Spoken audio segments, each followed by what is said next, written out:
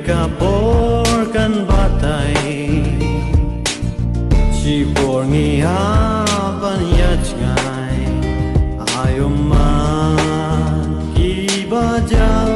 kin long mau lên na aku ba i ngan nam la ban ple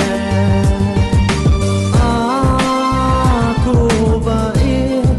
ngan yai kin mau kikular bang aklay kinam long le no rơi ka por kan batai